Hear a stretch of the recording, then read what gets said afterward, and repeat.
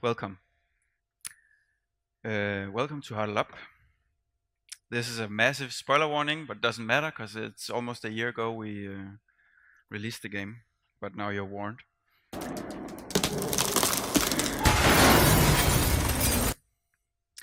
In the end of Inside, that happened. The Huddle, a compound polyhumanoid blob of muscle, fat, skin, and bones. It's a project-spanning experiment consisting of constant iteration across several fields. During the 6 years of production, the Huddle was worked on at any given moment from the beginning of the project till the end, and almost all of Playdead has laid hands on it in some way or another. We're going to give you a peek on what makes this monstrosity. I'm going to talk about movement conceptualization before we even started making the Huddle. Lasse is going to talk to you about the physicality of the main body. Søren is going to talk to you about the auxiliary attachments such as limbs and arms and legs, torsos. And finally, Mikkel is going to talk to you about shading the beast. Yes. I'm the animator at Playdead, and I've worked there since 2011. And my first assignment was to conceptualize the animation for this beautiful thing. It's a drawing done by Morten Bramsen, our lead artist, and we often refer to it as the Huddle drawing because we used it as reference for almost any decision throughout the production. It is very visually distinctive, but it doesn't really show a lot of motion, so that's why I was invited to animate, well, figure out how it should move. And the first thing I thought about when I saw it was, of course, the demonized boar god, Nago, that chases Azteca around in Princess Mononoke. The way it scrambles around, its aggressiveness, and the way it morphs to sort of accommodate its mission. If an arm or hand or a leg is needed somewhere, it can easily just pop it out somewhere to cover that need. Another thing I couldn't stop thinking about was the old physics-driven stickiness game Gish, which, it sort of looks like a tiny, charming Huddle. If you put on arms and legs and general disgust, you might be able to see it. Another thing, not for the actual Huddle, but maybe more for the way arms and legs should behave, I looked at crowd surfing, where you have all these individuals in the crowd sort of serving a common goal of moving this crowd surfer around.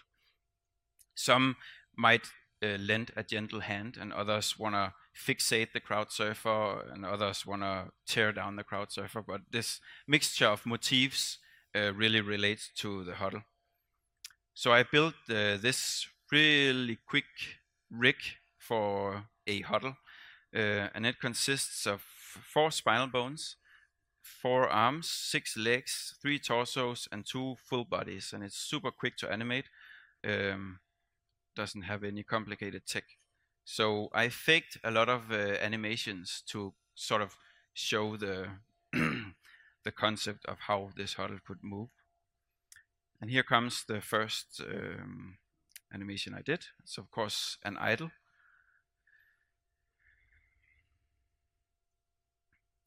It was done already in 2010, actually. And what I'm going to show you now is just a bunch of concept animations, and they're showing movement, so please disregard the rendering and the light and the compression of the videos and all that stuff. Here's the Huddle's first steps. Martin Stig Andersen was kind enough to put sound on this one animation to sort of show how the Huddle could move and sound at the same time. I hope there's sound on it when I play this.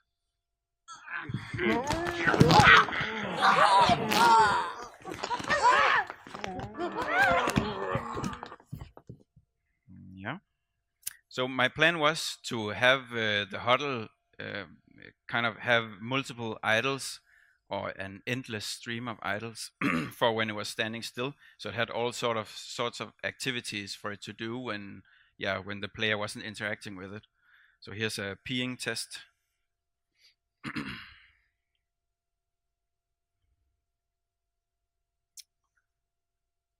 Here's a potpourri of idols that I did.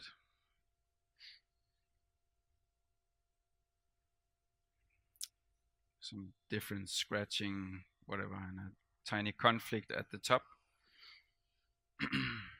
Internal conflict. More scratching. A dog scratching. And a bird landing on the top.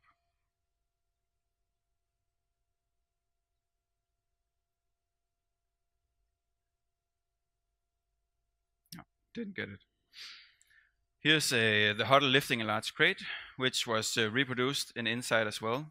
We use a large crate in the server room towards the end, where the Huddle lifts this giant server across the room to better be able to reach a tall ledge. Here you see the sort of scrambling behavior where it frantically is trying to get up. It's not professional in any way. My idea was for every limb to sort of help out, even though they didn't have ground contact or contact with the wall. And if I play this again, you can see that the legs not touching the ground there in the bottom, and here towards the corner, they're sort of trying to add force to the huddle. Of course, we wanted to utilize the natural squishiness of the huddle. So I did this test of the huddle pushing itself through a narrow cave or gap in the wall. Sadly, we don't have any horizontal narrow paths in the game, but we do have a normal sized door then that the huddle pushes itself through, and a hatch in the ground. Here's a walking on ice test, if we ever needed it. We didn't know at that time. That's 6 years ago. Luckily, we didn't have any ice in the game, but we do have a newly mopped floor, and there's a place where we converted the CEO to a bloody mess, where the huddle can sort of skid around in the blood that remains afterwards. This is one of the last concepts animations I did. It's inspiration for the pendulum scene that we have in the final game. At least it is a concept of the huddle hanging from something thin. This was mainly done to sort of test whether we wanted to keep the silhouette of the huddle clean, which meant fewer arms and fewer legs, or if we should try and make it plausible, which meant a lot more arms and a lot more legs. And in the end, we decided on having fewer to sort of keep the silhouette. Otherwise, it would require 20 arms maybe to do this. Before we actually started working on the game, I made about 40 of these concept animations, and they gave a sense of where we were heading. I like to think that these animations contributed as inspiration for the team, at least sort of a spot on the horizon to aim for. And needless to say, the team outdid these animations by miles. So the broad audience thinks that the huddle consists of thousands of animations strung together. And that is not true, of course. You as game developers already know that that's not even gonna be feasible to make. So instead, we have a team to actually make the huddle work. That's those guys and others. Lasse?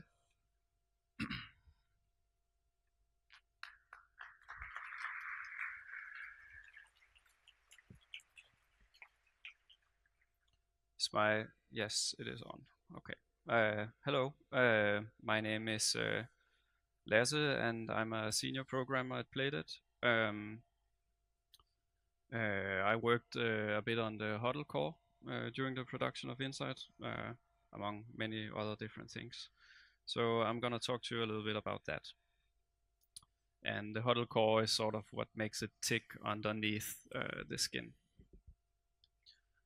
So as Andreas just mentioned, the huddle isn't really animated by conventional means.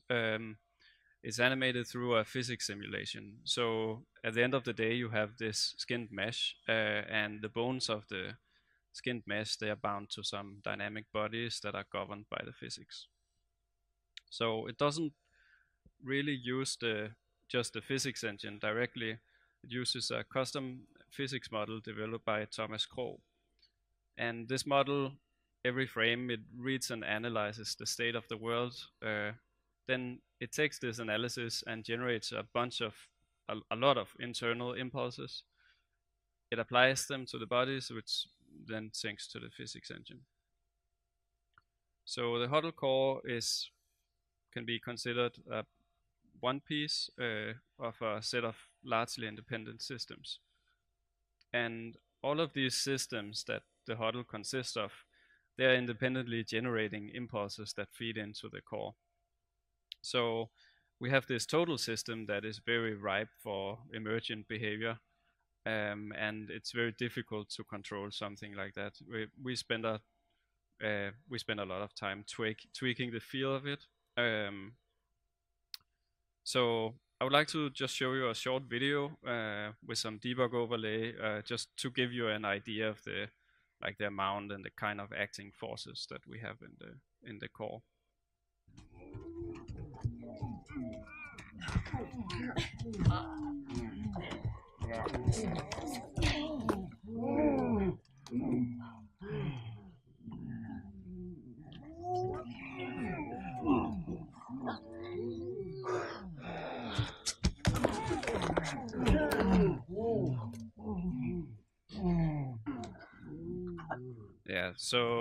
There's a bunch of stuff going on, and it's not really easy. It doesn't necessarily make any sense from just a visualization, but just to give you an idea anyway. So instead, let's take a look at the model and the different parts of the model, what makes up the core, and dissect it a bit. So component by component.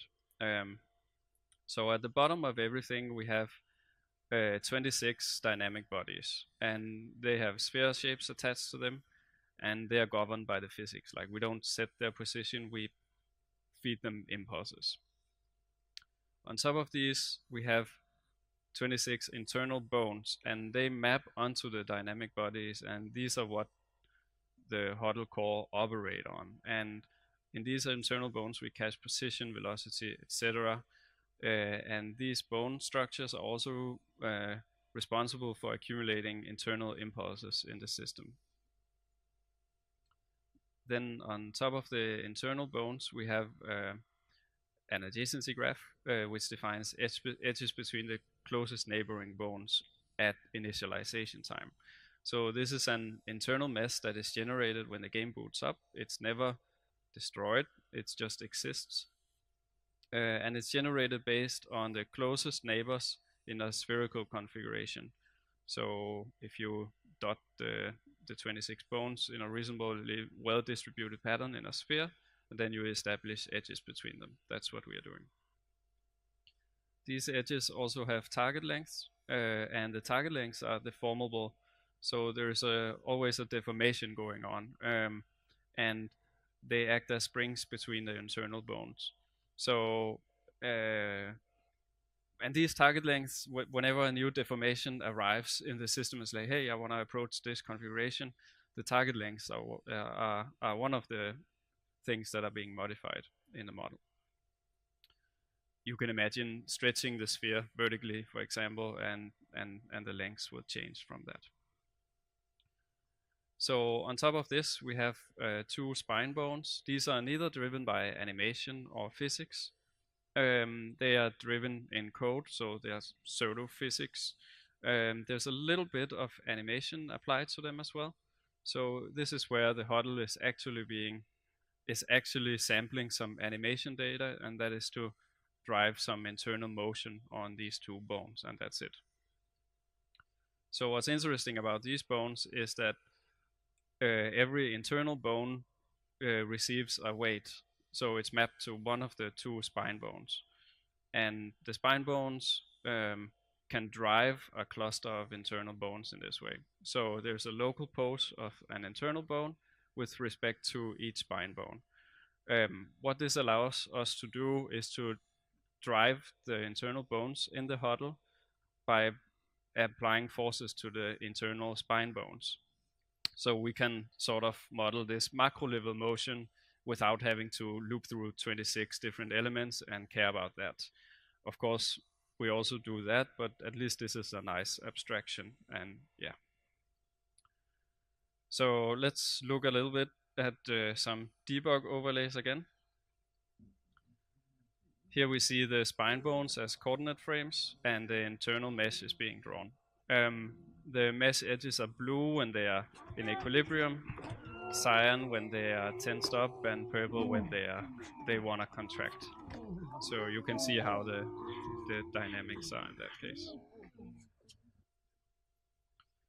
Here's another one where I've drawn little vectors on the internal bones, the center of them, and the color is green if it's associated with the bottom bone, or if it's an impulse coming from the bottom spine bone, and red if it's coming from the top one.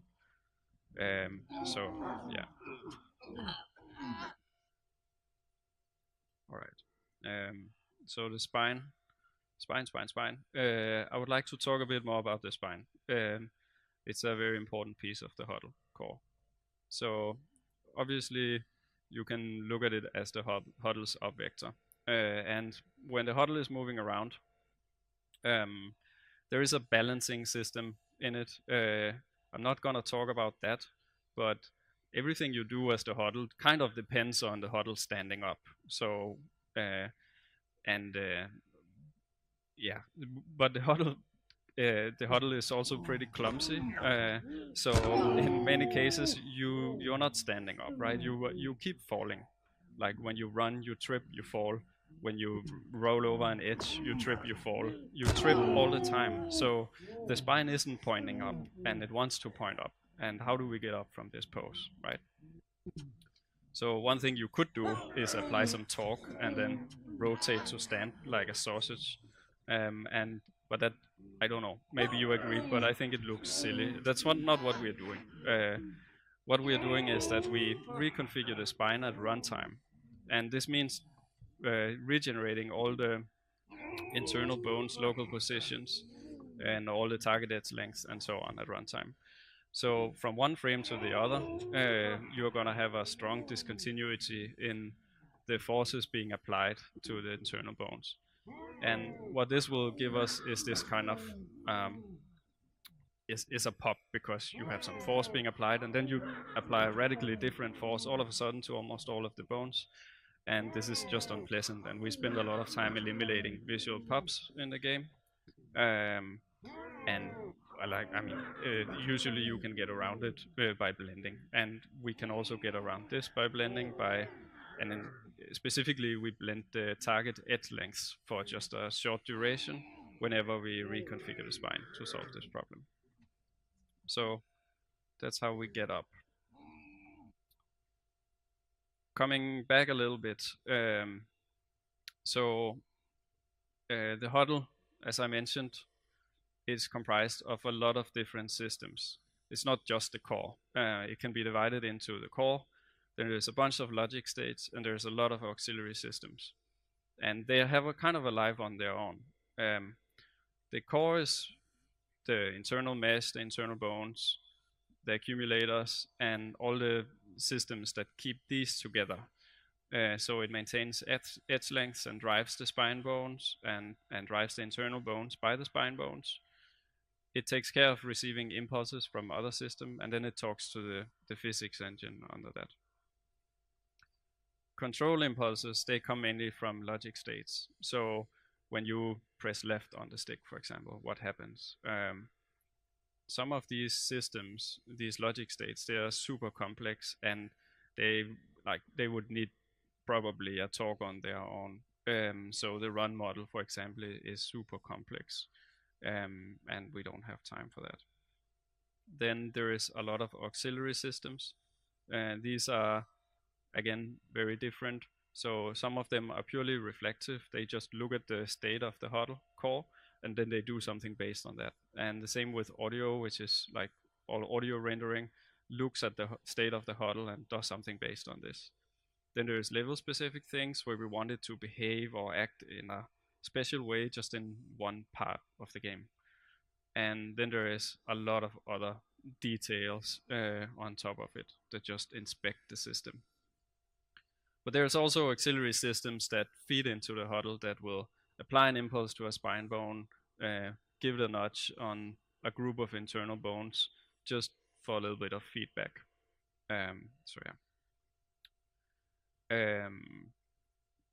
We can also look at it like this. So here's the core, and then we have some logic state, and there's more logic states and more of them, and systems, and then all the level scripts that people have dotted around at their own will. And you take all of this, right, and you realize, okay, impulses come from some of these systems and not from others, and where do they even come from? And how can we make sense of what's going to happen in the end? And we can't. Like, you have to play the game, and you have to like reiterate on that and test it by how it feels and the total expression of the system. It's so obviously that takes a lot of work, and we spend a lot of time doing that. On the positive side of this, there is this depth in complexity, and as I mentioned before, it is ripe for emergent behavior, and there's the unexpected in this. So it takes a lot of work, and you get something unexpected, which can be very nice, I think. So, but yeah, the Huddle Core is just a small part of the Huddle. There is a ton of other code in there and other systems. And Søren is up next to talk about some of those.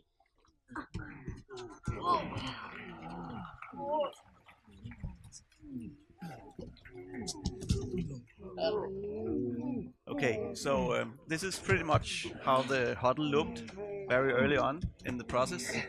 When I started working on it, we had just this ball sack or some grapes floating around, and we decided very soon and very early that we needed to add some visual polish to that, even though it was far from done, because we wanted to make sure that we were on the right track. As we can see here, here's a scene with the Huddle floating around. We have added some arms now, but it's still, when I look at this, it does not really look physical. I don't really buy it. It looks fake and has no mass, and it's just like, it's not right there. But of course, the moral here is that this is the final version of the Huddle. We just made the legs invisible. And it really, to me, if we've been doing a lot of polish on the physics and had ended up there with no legs, we would probably have said, maybe we can't do it. So we needed the legs very early on to kind of make sure that we were on the right track. So this is one of my favorite internet memes. Yeah, there's a little kid who's had too much sugar. Some people say it's a bird, but it's definitely not a bird, it's a kid. And like, the only thing is the two fake arms that have been drawn skillfully on top of the video. That makes it extremely fun. And it changes the bird into something completely different. So what we're going to do is kind of like make some debug legs added on the same floaty Huddle as we saw before. And I think already it looks a lot more believable. So that would be my task in the beginning. And one of the things I need to stress out is that at the same time we were constantly iterating on the physics. There was like no, I was not going to touch that. I was only going to put on a top layer to make it look pleasing. Meanwhile, the physics would change every day. Okay, so this is the Huddle as it looks in the final iteration. And let's break down what we've added on top of those balls, the floating balls.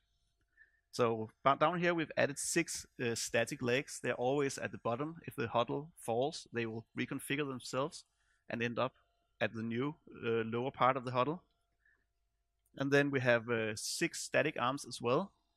They are arms that can grab stuff in the world, and they will idle around. They will also always be placed very nicely on the silhouette and spread evenly apart, so it always looks good. And then we also have a lot of stuff. It's not really clear right here, but there's a lot of stuff on the front of the Huddle that will just like catch the light and wobble and look good. It's just purely visual stuff with heads and arms and things sticking out. And then we also have several dynamic arms that we can't see here because they are dynamic. They're generally hidden inside the belly of the huddle and will only shoot out if it needs to touch or grab onto something and does not have enough static arms that can reach. So to look at these things, we'll start at the visual parts. If you look at this debug rendering, you can see all the heads and arms in the center. They are wobbling and giving a lot of life to this huddle.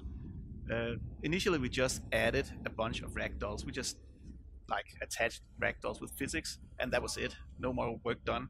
But then, for performance reasons, in the end, we replaced all the ragdolls with very simple springs, and that also had the effect that we could add life to the strings to just change the values of the springs to make it look alive and not be unconscious body parts, but actually body parts where the head could turn and it could raise the arms. We then, of course, lost all collision because the ragdolls had collision and these simple springs did not. So if you see at the left of the huddle, when it goes close to the wall, there's this guy with his arms across his head. He gets pulled into the center of the huddle to avoid clipping through the wall. Very simple collision test there. And yeah, that's about it. Not much to say about those. The legs are a bit more interesting because we needed to add them without knowing anything, or at least not changing anything about the physics, and we needed them to be really dynamic. So people are always saying that you must have used a ton of animation on those legs. Yeah, and here it is, all the animation we're using. We have two sets of run animations on top, a high run and a low run, and then we have an animation for when the leg is dangling and not reaching the ground, and then two animations for when the huddle is actually falling.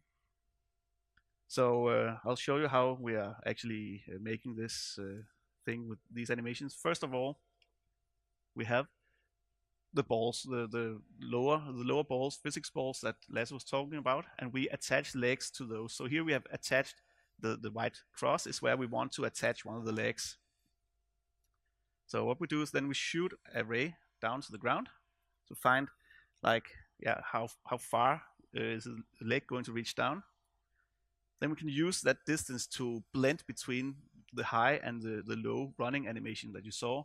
So in this case, 65% of the high animation, 35% of the low animation will then just blend the leg to have the right bend so it fits. And then we can use the velocity of the physics to control the animation speed of the run cycle. We know that the run cycle, if it runs with speed 1, it will perhaps run with 5 meters per second, and then we just adjust the speed so it fits the actual velocity of the physics, and that will make the foot not slide on the ground, but actually looks like it's propelling the huddle and not the other way around, where it's actually the huddle that's propelling the feet. And then we can blend between different run cycles. I showed you 2 different run cycles. We're actually using one of the run cycles for when it's running forward, and the other one for when it's running backwards. So that's the polish we are doing there. And then that's it, profit. Except, of course, there's a lot more.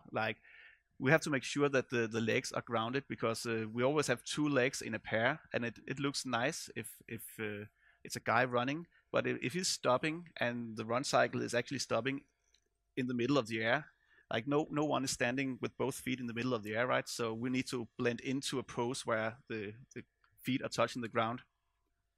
Also, we need to synchronize them, so when he's standing still, the legs are together, but when he's walking, the legs are apart, as much apart in the walk cycle as possible. And it can also gallop. When it gets really fast, it will start to do more like a horse, so the legs will be closer together in the animation cycle, so it'll be more like a do instead of the normal straight rhythm. But we can do that just by scrubbing on the animation speeds of the different legs that know each other. We can also make the legs slide on the ground, and we do that by simply reversing the animation speed or freezing it, so the huddle moves but the leg doesn't, and then it looks like it slides on the ground. A very simple effect that can be used for the slippery ice or floor that Andreas showed in the concept animation. Edge cases that, for instance, actual edges where the Huddle has 2 of the legs dangling over an edge and is standing on the other 4 legs. We need to handle that as well. And hundreds of tweaks. Tweaks. Generally, we, as always also said, we did tweak on this thing for the entire production until the very end. We would change the physics, we changed the visualization, and we also changed the world and the puzzles to make everything as good as possible for how the stuff worked. So here's a visualization. The white arrow is the raycast to decide how much the leg is going to be bent, and the red is the velocity that we're using to modify the animation speed.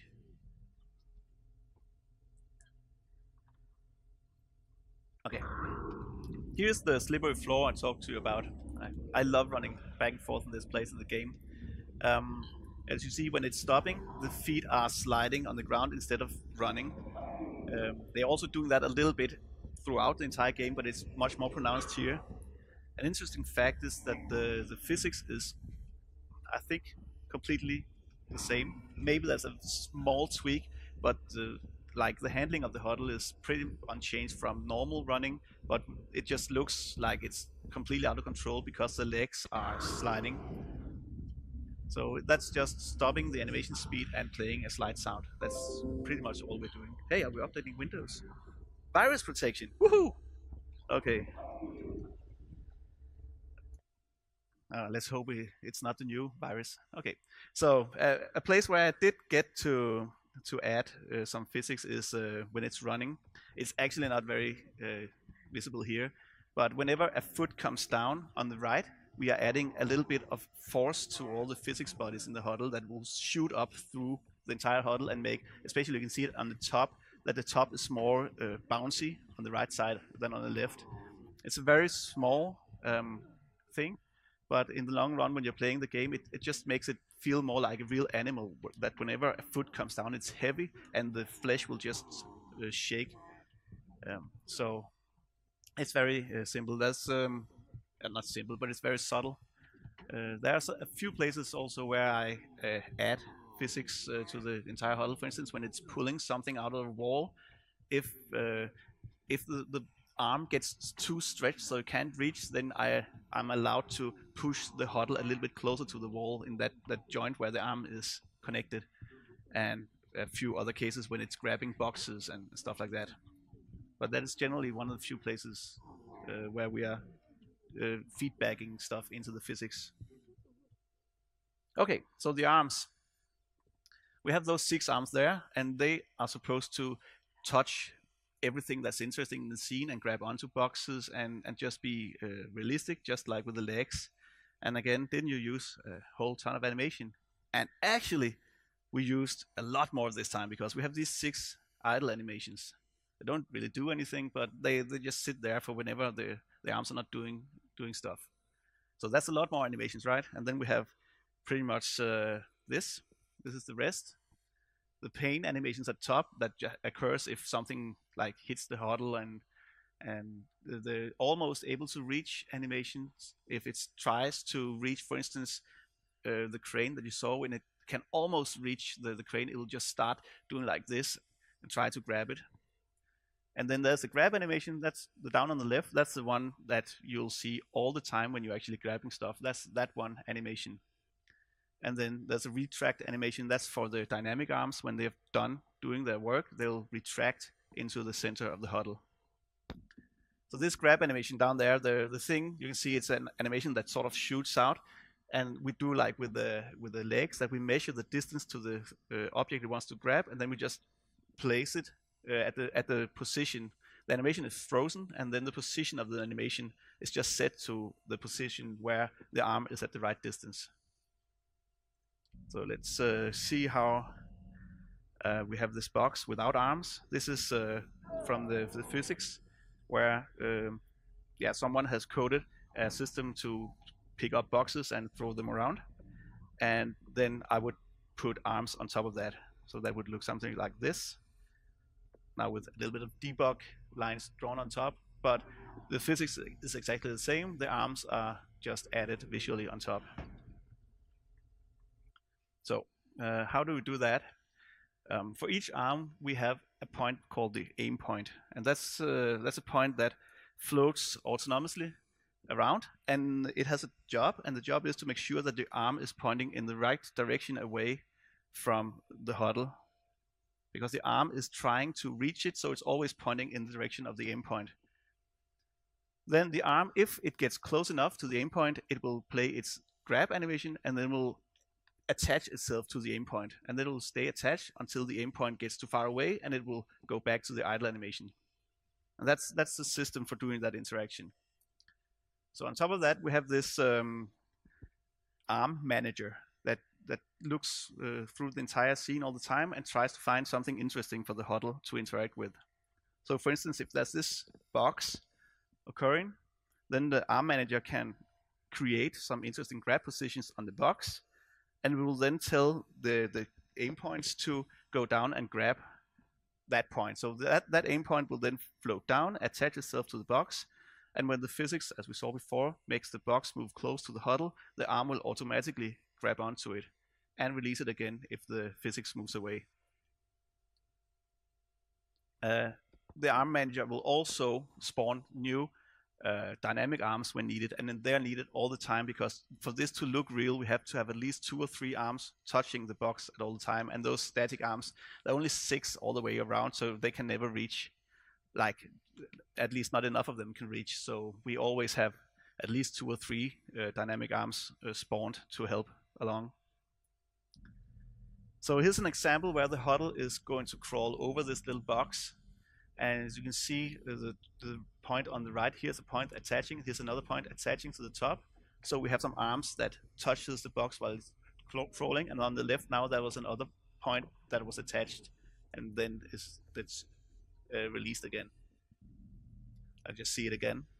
Look to the low right where those points all of a sudden appear and attaches. That's a dynamic arm spawning, and it grabs on, and another one here, and it crawls over, and the arms release when it gets too far away from the point. And you can see the aim point, it will shoot off to the side when the arms release. That's the way of telling the arm to stop holding on to it. Here's another example where I grab the box, and you can pretty much see the same. All the little yellow points are being attached to the box, and when they're no longer needed, they will shoot off to infinity, and the arm will release and let go. There's a lot of points shooting off there. Okay, but yeah, so that's it. A lot of meshes that has been put on top of other meshes, and that will of course make it look really bad because there'll be a lot of clipping of these meshes. So to fix that and a lot of other stuff, we have Mikkel, who's going to tell about the shading of the huddle.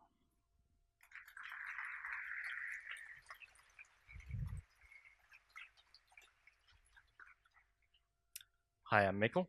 For the past few years, I've been either the shader dude or water boy or effects bro on this game. But also I got to do a more fun thing, like Søren said, shader glue for this guy and other shader things for this guy. So this is what it looks like in the fleshy flesh at the end of the game. No tricks up any sleeves. Throughout the entire making of this thing, pretty much everybody that could contribute something to the shading has tried to come with ideas and, you know, just throw things at the wall and see what sticks. Andreas has done his share, and Kurt, our graphics programmer, has done a couple of shaders for it, and I also did a very bad one in the beginning. But in the end, when it was time to wrap up the game and put it out the door, it was kind of time to consolidate everything together and get maybe something shippy up. So we got some references, or I was given some references by the more art literate people like Andreas and our art director and game director Arndt and Morten. And the things that I chose to get most inspired by were these sculptures by John Isaacs.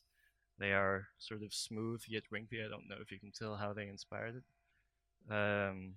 Then weirdly we got some Rembrandt paintings, which are fun because they managed to paint a sort of, you know, what visually appears as a skin tone, even though it's clearly got a very green, yellowish, bluish tones going on for it. Just sort of a nice oily feel. And finally, right in between the two, we've got these fleshy mounds paintings by Jenny Saville, which kind of acts as a middle ground for these two inspiration points. And yeah, that's sort of the literature review for this guy. Anyways, let's look at some shader glue. So first up, we've got normals.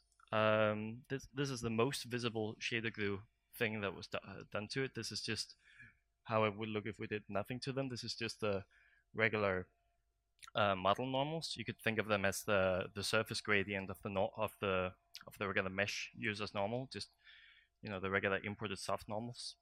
But it's just way too hard for the actual mesh in game, because it just ends up showing way too much unnecessary detail, and the arms and legs kind of stick out a little bit.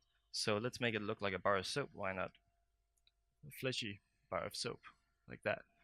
So that's not good either, but it's sort of the direction we should be maybe intending to go. If you this could be imagined as if you pretend that the huddle is basically just a sphere or an ellipsoid. So instead of the surface gradient of the actual mesh, it's just the surface gradient of a sphere instead, projected onto the huddle.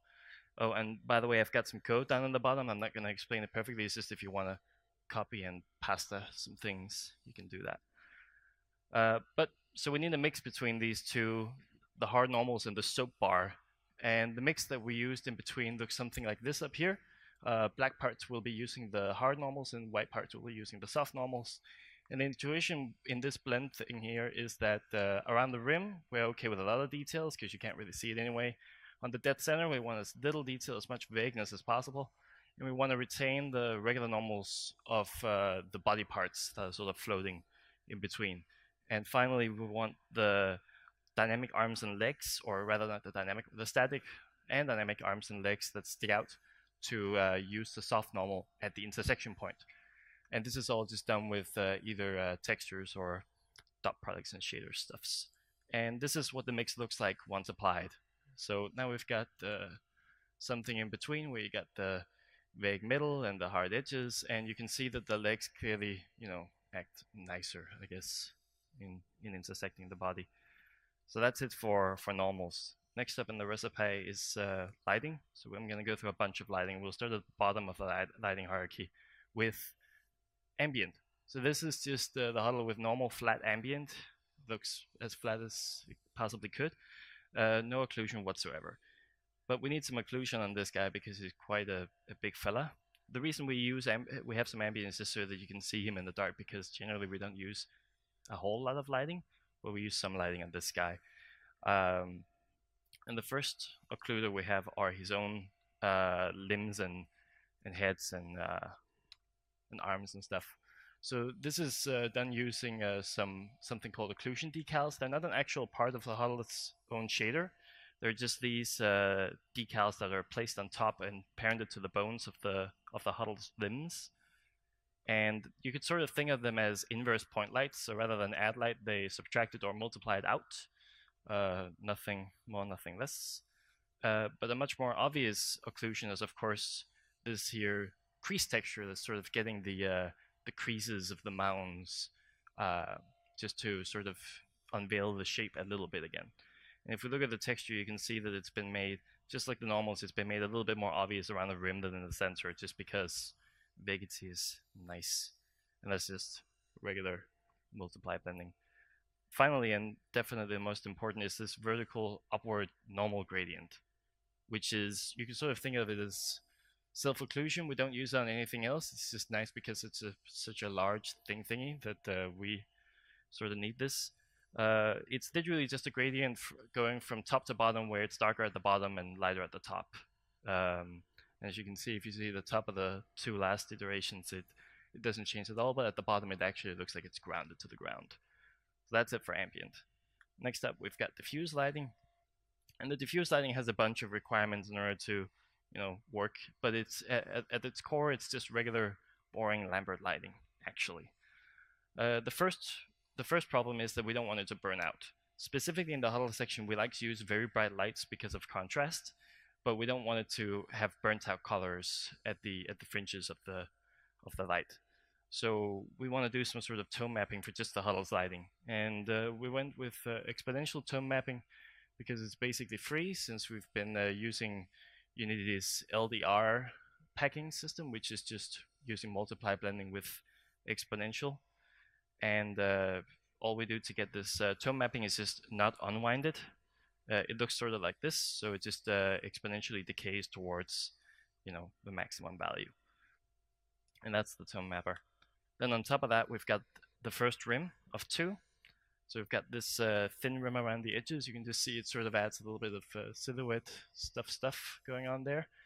And it's simply done by just taking, if you have like the depth buffer of the huddle, and you offset it by the view normal and subtract the offset depth buffer with the regular depth buffer, you sort of get this thing going on, which for the technically minded is called a Sobel line detection on the depth buffer. And then we just multiply the incoming light by some factor using this as a mask. And of course, why not a second rim? So there's a second, much wider rim, which purpose is to make it look like no matter where you're lighting the huddle from, it will always look like it's somehow slightly backlit, just because we like to light it from the back, because it shows the least detail. We like vacancy on the front. But in this case, it's lit from the side, so we want to give the illusion that it's somehow rim lit anyway. It ended up being called roughness because it sort of looks like the difference between a Lambert product and a Ornayer product. Yeah. And finally, we've got this contrast enhance or tunify. So the boy and all the NPCs use a regular tunification thing, which just remaps the luminance of the light. But that would be way too harsh for the huddle since it's such a big thing. So what we instead did was something a little bit smoother, which is this sort of contrast ramp called smoother step. It's basically a smooth step of a smooth step, just this S-curve on the light. The only thing special we did apart from this was fade it out once it gets further away from light. So we just fade this tunification in and out depending on where it looks good, basically. And that's diffuse. So normally in the game we don't use a whole lot of specular. In fact, it's not even in our regular lighting pipeline. When we have set up specular, it's usually because we have these specular specific lights in order to give the illusion of wetness somewhere or metallicness. But for this guy, we wanted him to always look somewhat slightly sweaty. Here he is without any specular, and here he is with some regular Phong specular. This is a very fake Phong specular, and in fact, because it's so low detail, it kind of looks a little bit like it's just been lubricated in oil. So that's not so nice. But luckily, Merrick, one of our artists, came to me with the idea that why don't we make it look a little bit more like Saturday Night Chicken and give it some sort of chicken skin properties. So just for the specular lighting, not for the diffused lighting, we add a normal map that just affects the specular light, which kind of has some like veins and goosebumps and stuff, just to add some detail to that and break it up a little bit. And finally, like I said, we don't actually have specular in our regular lighting pipeline, so this is just fake. The way that it decides what should be specular lit and what shouldn't be is just use the incoming diffuse light as a mask for the specular. And then we have a specular mask that that's always constantly there, just generated based on the normals of the huddle. The light is always coming sort of from above and behind and from the sides. The specular mask sort of looks like this with the fake light direction product. Yeah, it ended up being much nicer than setting up manual specular lights everywhere, because this way we end up having our favorite light direction at any given time without having to tweak lights in the scene. And finally, I promise I'll be done with lighting in just a sec. Just for meaty disgustiness, we have some what's it called, subsurface scattering. Here it is off, and I'm going to turn it on in super exaggerated mode so you can really see it on this projector. And yet again, you can't. It's there. So this is a very fake, cheap subsurface scattering. It's just using the fact that we're using light prepass. So we just take a bunch of samples of the lighting buffer around the gather point. We take them in sort of a spiral around the center and gather them in. Each point we do, however, have to test a little bit, because if we just end up blurring the buffer, we get all sorts of artifacts. So there's 2 tests that we give each sample. Is first we give it a depth test. So we make sure that the sample doesn't come too far off center, so we don't have arms stretching out, generating SSS on the body or the other way around. And we also test it against a stencil buffer that says whether or not this is a huddled sample, so that we don't have a bright floor making the feet look like soap or whatever. And that's it for lighting. And so one more thing, at the end of production, I had one of these wouldn't it be cool things that I just had to do without asking permission.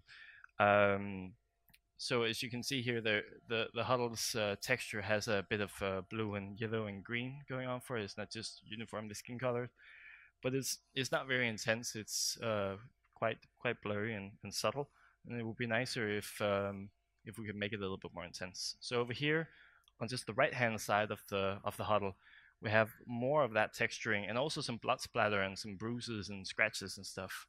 And that's because I went ahead and beat it up with a crane for a little bit, because the player will inevitably end up abusing the Huddle somewhat throughout the play session.